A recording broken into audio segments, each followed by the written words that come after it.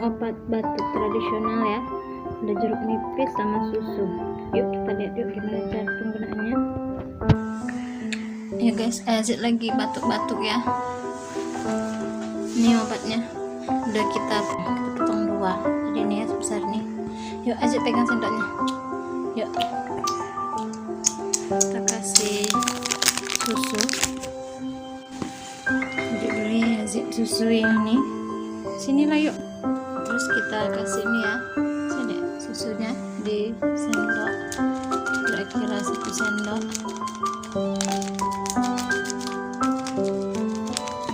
Obat batuk terampuh nih ya teman-teman. Tercepat dan terampuh. Kita kasih jeruk nipis setengah nih. Angkat sedikit. Angkat. Jangan tumpah ya nak. Baik. Udah. Nah, kita kasih aja. Sini. Kasih air sedikit. Sini. Pegang aja, pegang. Jangan tumpah ya dalam kasih air. Tumpah sedikit aja airnya.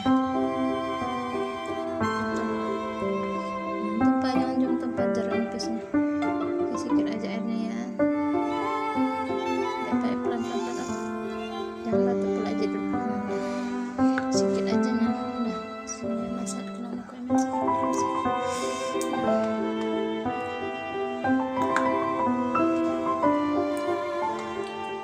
Dia lagi batuk ya teman-teman Azitnya.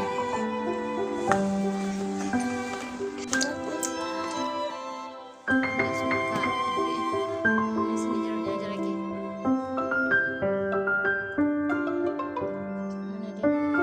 Mana dia? Sedikit aja. Udah sedikit. Kasih lagi susunya lagi. Kasih aja susunya lagi. Dia enggak masam. Udah.